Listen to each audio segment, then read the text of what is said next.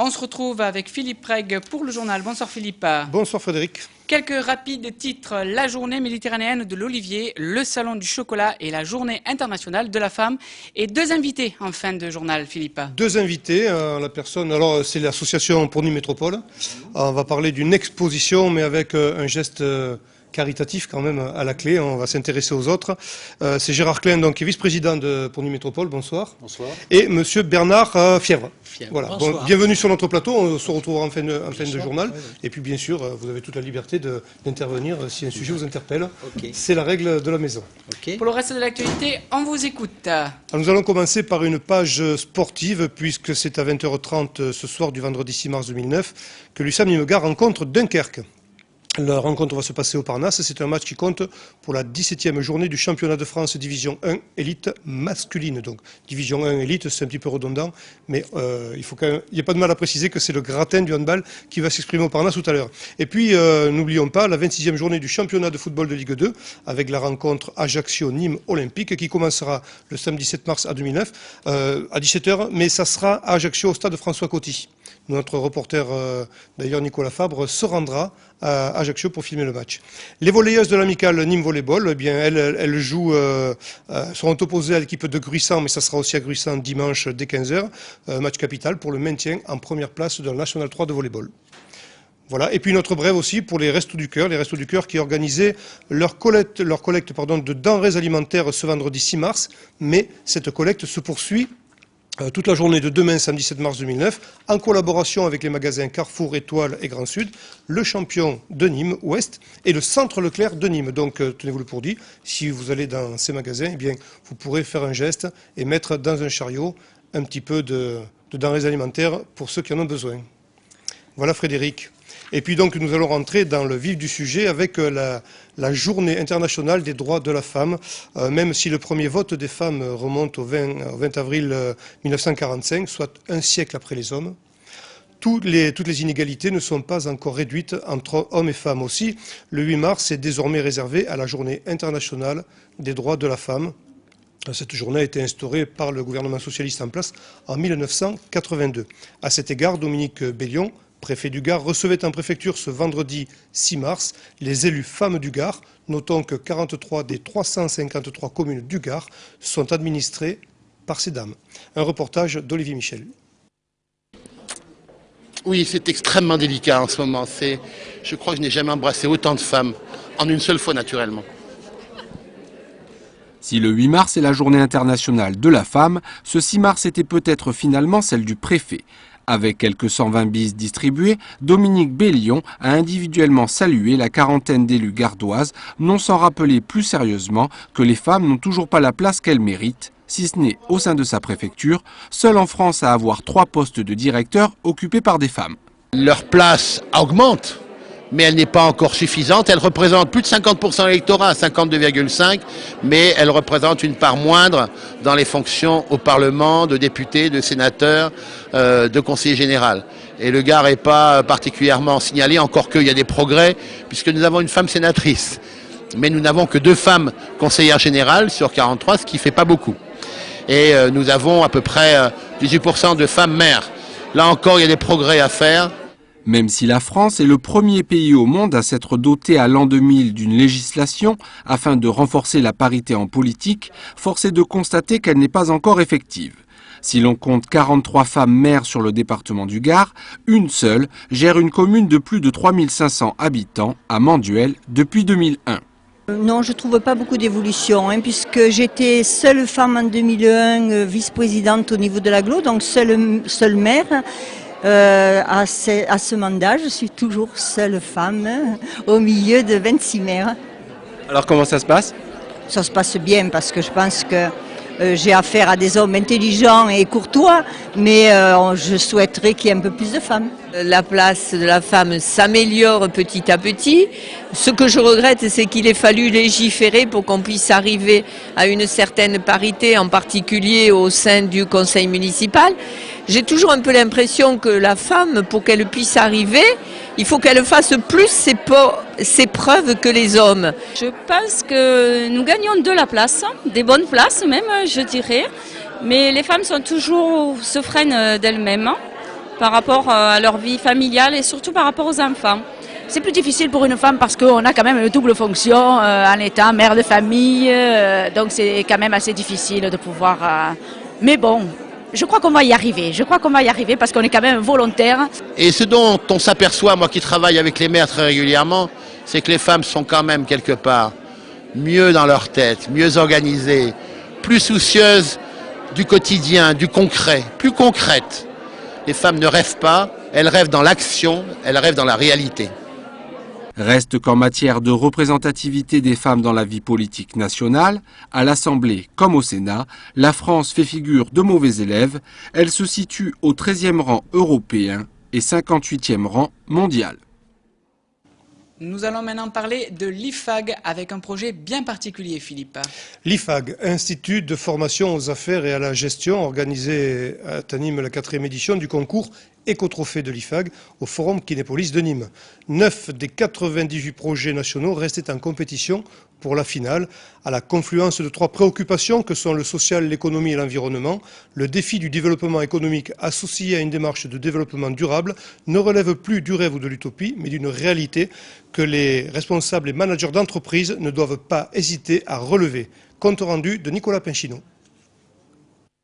10 minutes pour présenter un projet innovant avec pour seule règle de résoudre une problématique de développement durable.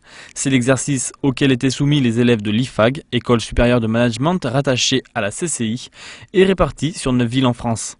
Et c'est ce vendredi après-midi à Nîmes au Kinépolis que se jouait la finale nationale de ces écotrophées 2009. Donc le développement durable, c'est à la fois un sujet qui va intégrer une dimension sociale, une dimension économique et une dimension environnementale dans la gestion de l'entreprise. La conduite de ce projet compte pour une part importante dans l'évaluation des différentes matières qu'ils ont sur l'année pour passer en année supérieure. Donc ça, c'est un premier point. Mais également, ça a pour objet de les sensibiliser en tant que futurs cadres ou dirigeants d'entreprise sur leurs responsabilités sociétales, dans la façon dont ils géreront leur entreprise en matière de développement durable. Les élèves, tous en première année, ont travaillé sur des cas concrets avec des entreprises soucieuses d'avoir une démarche ayant un cadre de développement durable. Ainsi, l'équipe nîmoise présentait aujourd'hui un projet visant à améliorer la rentabilité d'une entreprise d'Aimargues spécialisée dans le bois de chauffage qui se trouvait encombrée par la sciure issue des découpes de bois. Nous, ce qu'on leur a proposé, c'est en fait de recycler cette sciure, parce qu'il faut savoir qu'avec la sciure, on peut faire énormément de choses. Donc nous, on leur propose de recycler cette sciure en combustible également, parce que c'est leur principale activité. Aujourd'hui, ils perdaient de l'argent à cause de cette sciure à la déchetterie, car elle était payante pour l'amener à la déchetterie. Et aujourd'hui, grâce à cette machine, ils vont en gagner. Donc dans les mois qui suivent, bien sûr, ils vont investir dans la machine. Et bien au-delà d'un challenge entre étudiants, la plupart de ces projets sont en cours de devenir réalité au sein de différentes entreprises. Je suis très gourmand et ça tombe bien puisque dans quelques jours, c'est le salon du chocolat à Nîmes et j'y serai. Alors nous allons remonter un petit peu le courant de l'histoire avec les Aztèques comme les Mayas qui associaient le chocolat avec le dieu de la fertilité. Avec le dieu de la fertilité, le chocolat ? Eh oui. Ouais. Expliquez-nous ça. Ça vient des Mayas, le chocolat. Enfin, en partie des Mayas. D'ailleurs, étymologiquement, le mot chocolat vient du Maya. On ne va pas développer, on ne va pas faire un cours didacticiel de français, mais ça montre quand même que l'histoire du chocolat se perd donc dans la nuit des temps. Alors après cette éternité d'indifférence, la première édition du Salon du chocolat et des douceurs, Frédéric, ouvrira ses portes au parc des expositions de Nîmes les vendredis 20, samedi 21 et dimanche 22 mars 2009. Un rendez-vous gourmand que nous présente Olivier Michel. C'est à une société auvergnate que Nîmes devra son premier véritable salon du chocolat. Après 2 éditions organisées à Clermont-Ferrand, la société Eugexpo va faire fondre le Parc Expo. Au programme durant 3 jours, dégustation, show, conférences et ateliers aux noms évocateurs, Chocojob, Chocomom ou Chocochaud. Chocomom, c'est un atelier enfant, donc les parents paient 1 € par enfant qui seront reversés à une association et donc les enfants fabriquent des petites pièces en chocolat qui pourront emporter avec eux. Donc ça c'est l'atelier enfant. Ensuite on a un atelier adulte, donc on s'inscrit sur place, là c'est gratuit. C'est une vingtaine de personnes par atelier et les adultes fabriquent du chocolat qu'ils peuvent déguster et puis emporter avec eux. Ensuite on a des démonstrations, donc c'est un espace qui s'appelle Choco Show.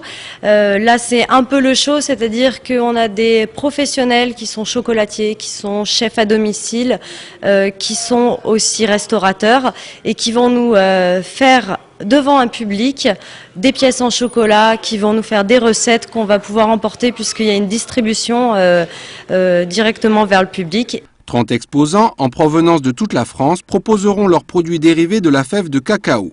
De la pâte à tartiner à la fondue au chocolat, en passant par le chocolat à l'huile d'olive, le saucisson au chocolat ou le vin au chocolat. Parmi cette trentaine d'exposants, un tiers sera gardoise et un nîmois. Ce sera des bouchées, ce sera des bonbons, il y aura des moulages, des montages. On fera un petit peu de chocolat sur place pour que les gens puissent goûter donc des chocolats à peine trempés. Et après, je ferai sans doute aussi quelques goûters du chocolat à boire. Oui, il y aura forcément du carré de Nîmes, donc qui sont des bouchées aux effigies de monuments nîmois ou aux alentours du Gard. Après, il y aura des bonbons et puis bon, tous les moulages de Pâques qu'on a commencé à préparer et donc qu'on mettra au salon, bien évidemment, en présentation.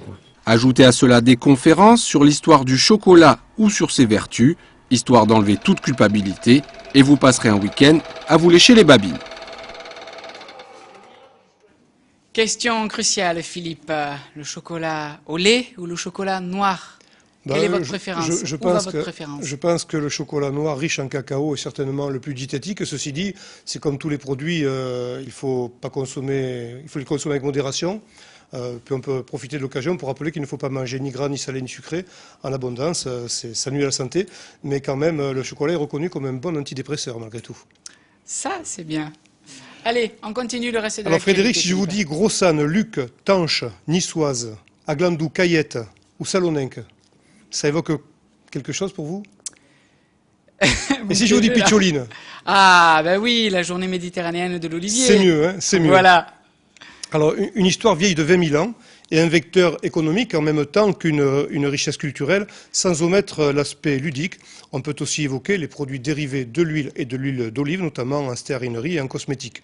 100 000 tonnes d'huile d'olive sont consommées en France chaque année, ce qui représente 1,7 litre par habitant, soit une augmentation de 0,2 litres en 8 ans. C'est finalement pas grand-chose. 7500 tonnes sont produites et on peut croire qu'il y a encore beaucoup de marge par rapport à la consommation. Or, la France travaille notamment beaucoup sur la richesse des variétés et des terroirs, autrement dit de l'huile de très bonne qualité. La récolte de cette année est très importante, mais le froid et les pluies de cet hiver annoncent de belles promesses pour l'an prochain, parce que vous le savez Frédéric, c'est le froid de l'hiver d'avant qui favorise la floraison de l'hiver d'après. Il y a déjà des rejets d'ailleurs d'oliviers qui commencent à pousser. L'olive et l'huile d'olive seront donc mis sous les feux de la rampe les samedis 4 et dimanche 5 avril 2009 dans les arènes pour la 11e édition des Journées méditerranéennes de l'Olivier. C'est ce que nous précise Nicolas Pinchino. Une olive en forme de dirigeable qui survole les arènes, c'est le visuel que vous allez découvrir prochainement pour annoncer les Journées méditerranéennes de l'Olivier. Un événement qui se déroulera les 4 et 5 avril sur le parvis des arènes. Ce matin, le président de l'agglomération de Nîmes Métropole récompensait le lauréat, auteur de cette affiche issue de l'école des Beaux-Arts de Nîmes. À la base, je suis fan du groupe de rock donc Led Zeppelin, qui a le Zeppelin en symbole. Et puis, j'ai vu beaucoup de films en fait avec cet énorme ballon publicitaire qui volait, etc. Je voulais exprimer en fait la légèreté, l'olive qui s'envole, qui va prendre l'air, etc. Les 11e JMO qui ont connu les jardins de la Fontaine, l'Esplanade, les arènes se dérouleront cette année sur le parvis des arènes. Dans les arènes, c'était magique, c'était féerique, mais on était un peu à l'étroit, on était un peu serré, et c'est vrai qu'il manquait de la place, quoi. Aujourd'hui, le président a souhaité qu'on le fasse sur le parvis des arènes, et c'est quelque chose qui est fabuleux. Au programme, 50 stands, des conférences, démonstrations de taille d'olivier, à noter la présence des villes de Richom en Israël et Vérone en Italie, ainsi que des producteurs d'huile grecque. Le thème général cette année sera tourné vers les productions écologiques et biologiques. Notre futur en dépend, quoi. Je veux dire, c'est fini quoi, d'utiliser des produits toxiques. Donc il faut passer dans des produits biologiques et dans une agriculture raisonnée et biologique. Voilà. C'est donc les 4 et 5 avril sur le parvis des Arènes que vous pourrez déguster la cuvée 2008 de l'huile d'olive AOC de Nîmes. Alors, est-il besoin de préciser les bienfaits de l'huile d'olive sur la santé? Je ne pense pas, tout le monde plus ou moins est au courant de cette chose-là. Et rappelons avec fierté le label AOC obtenu en 2006 pour l'huile d'olive de Nîmes. Nous allons changer de sujet avec la bouvine, avec 2 moments importants pour la bouvine ce week-end. Au Gros du Roi d'abord, avec la traditionnelle abrivade des plages, les manades Pierre-Aubanel, Brio, Chabalier, Chapelle, Deveau, Dulevant, Groul, Lafont, Lescaut, Martigny, Rambier, Vélas et Vidal, en Mailleron-les-Biaux, pour les mener du pont des Abîmes, jusqu'aux Arènes après avoir longé le bord de mer et traversé la ville. Départ à 11 h le samedi 7 mars, donc depuis le pont des Abîmes. Après l'abrivade, la manade Puig conduira une rousse à taille. Et dimanche 8 mars, le congrès de la Fédération française de la course camarguaise qui se déroulera à Fos-sur-Mer. Les aficionados se sont donné rendez-vous au centre culturel Marcel Pagnol de Fos-sur-Mer à 9 h, début de l'assemblée. Voilà Frédéric, l'information est presque terminée puisque nous allons maintenant nous tourner vers nos 2 invités, donc Gérard Klein et M. Bernard Fièvre. Bonsoir, alors je vous renouvelle ma bienvenue sur notre plateau, cette visite qui j'espère constituera un précédent pour l'avenir. Vous avez beaucoup de choses à dire avec l'association Nîmes Métropole que je vais peut-être vous demander de présenter dans un premier temps. L'association Nîmes Métropole, c'est une association qui a pour but d'apporter aux élus en place des projets, des idées pour le développement, soit-il artistique ou culturel ou économique.